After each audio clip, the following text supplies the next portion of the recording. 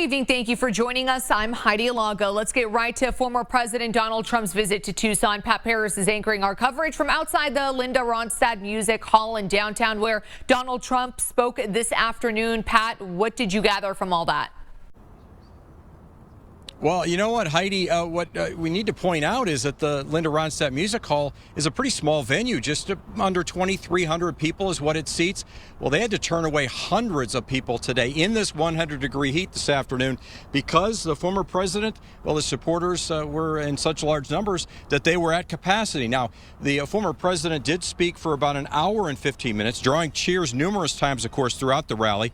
Donald Trump saying he won the debate 2 nights ago against Vice President Kamala Harris, and he will not debate her again. He continually blamed her for the border crisis the last 3.5 years. He also spent time talking to Hispanic voters in Tucson and the state of Arizona. He says an affordability crisis is making it almost impossible for Arizonans to buy a home. My plan to end this nightmare and help millions of Arizona families afford the house of your dreams. We will rapidly reduce inflation by slashing energy costs. We're going to slash energy costs, taxes, and we are going to slash regulations. Now, Donald Trump also speaking about crime and the border, and as I mentioned, he aimed part of his speech at Latino voters. That could be a key demographic not only in Arizona but across the country.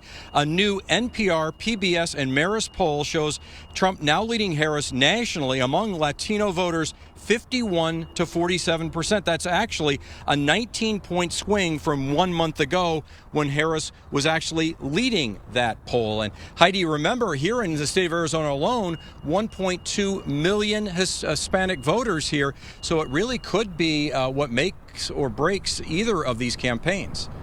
No, very good point there, Pat. And we talk a lot about the border, something, of course, that's a big topic and a big issue for us here in southern Arizona. We know that the former president was here. I was actually in Cochise County when he visited the border wall last month. How was security today? Because the last time he was here, it was very tight. But, of course, that was a private event, media only. This time around, he did have his supporters there.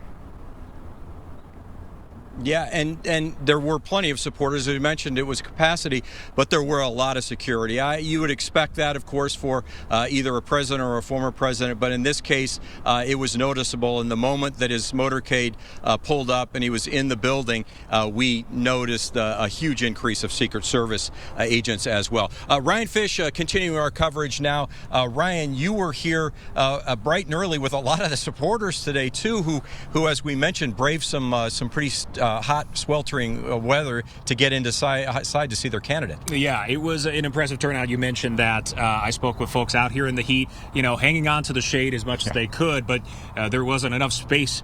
Enough shade for all of them with how big of the turnout was. And I spoke to a lot of these supporters, many from Arizona and from Tucson specifically. I spoke to one man from Tucson, from the north side, who says he's never been to a campaign event before and never even voted before in his 47 years, but he says this year is different. He feels things have gotten worse during the Biden administration, and specifically he brought up issues of drug smuggling at the border, as well as here in the city, homelessness and crime.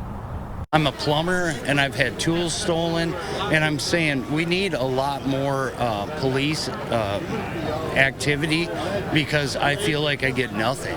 And you know what, as a working person, I just feel like you're kind of left behind, and I see that from everybody. And why do you think Trump is the candidate to help fix that? Because I think that he's assertive, he knows what he's going to do, he has a plan. I also met, we talk about people, families, supporters from Tucson and from Arizona. I met a family from Germany. They said they were already in Nevada when they heard about this event. They decided to come to Tucson to visit a Trump event. They're big fans of him. They call him a problem solver.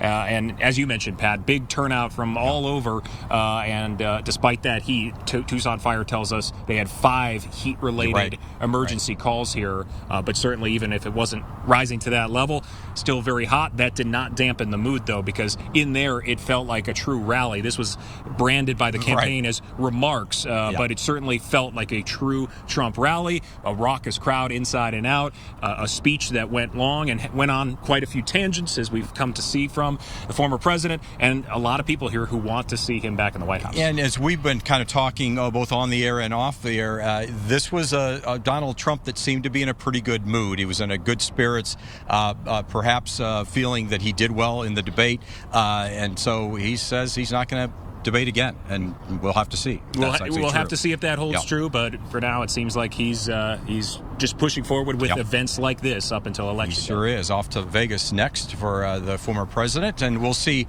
now what happens next. He promises to come back to the state. Heidi, we'll see what the next 54 days have in store for us. Yep, it's going to be a busy 54 days for both candidates, and a group of people who actually support the Harris-Walz campaign were actually outside of the event earlier today protesting against former President Trump's visit to Tucson. KGUN 9's Andrew Christensen joins us now with more.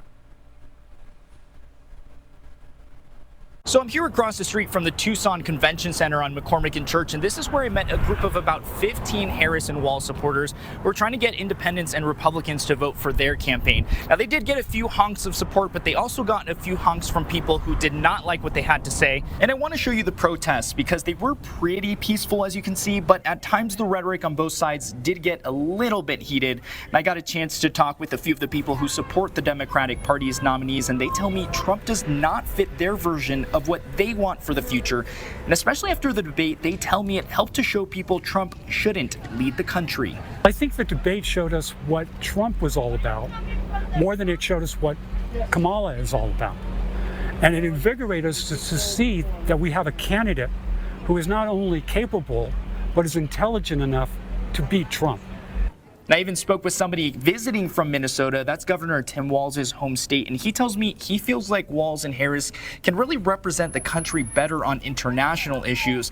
The supporters tell me they prefer having Harris in the race instead. And I did ask them about the difference between Biden being in the race as a presidential nominee and Harris being in the race, and they tell me that Harris has really given energy to this race. They also tell me they want to continue the work that she did as vice president if she does win. Reporting on McCormick and Church, Andrew Christensen, KGUN 9.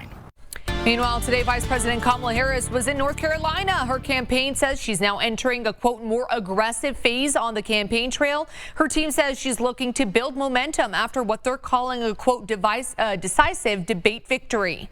That we think today was a good day, and it kind of was. Now, after Taylor Swift endorsed Harris online and posted a link to vote.gov, the website saw an influx of visitors, more than 400,000 views in less than 24 hours, which they typically get about 30,000 views a day. Well, the vice president's husband, Second Gentleman Doug Emhoff, is actually here in Tucson tonight for an event. He's getting ready to speak in just a few minutes. That's where we find our Tina Giuliano tonight. Hey, Tina. Hi, Heidi. It's very active in here as the speakers have started to speak, just like Adelita Grijalva was just speaking, and they're packed in here, ready to hear the Second Gentleman Doug Emhoff's speech in just a few minutes. He just landed a few moments ago. His motorcade is on his way here. This is actually the first time that Emhoff has visited Tucson in a 2024 election season, and this is an event completely focused on reproductive freedom, and that's the speeches that we're hearing right now behind me, and Harris's vision for the future, all a part of their push to reach more voters in Arizona, in a battleground state like Arizona. And some supporters told me that abortion, reproductive rights are one of the top issues for them going into voting this November. That's actually my number one topic for this election. It's very important to me. I've had multiple miscarriages. And so I'm really interested to see what he has to say about what, they'll do if they win the White House. And hopefully we can get Roe v. Wade back. Yeah, supporters here like Hogan are here in full force for abortion rights, and we'll continue to keep you updated on this event as the Second Gentleman is just about to speak here in a few minutes. For now, reporting from Stonebridge Event Center, Tina Giuliano, KGUN 9.